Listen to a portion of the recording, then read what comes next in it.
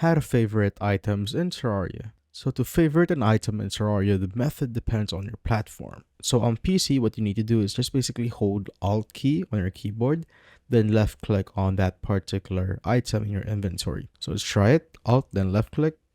So you'll see this like star icon when you hover to a certain item. So that basically means that you're clicking on your Alt key on your keyboard. And you'll know it's locked if you see this fancy border around your item. So on console, you just basically need to open your inventory, then hover to the item and press R3 on your controller. And on mobile, you just basically need to tap the item in your inventory to select it, and a small menu will appear to the side. Then you just basically tap on the star icon. And once an item is set to favorite on your inventory, it will prevent quick stack. So when you click quick stack to nearby chests, your items that are marked as favorite will not move and will just basically stay in your inventory. And you cannot accidentally throw the item into the trash bin. So when I do the control click on the item, it will not put it inside the trash bin. But if I do it on others, as you can see, it will automatically go to the trash, right? Just like that. So when you click on control and hover to an item, you will see the trash icon right there.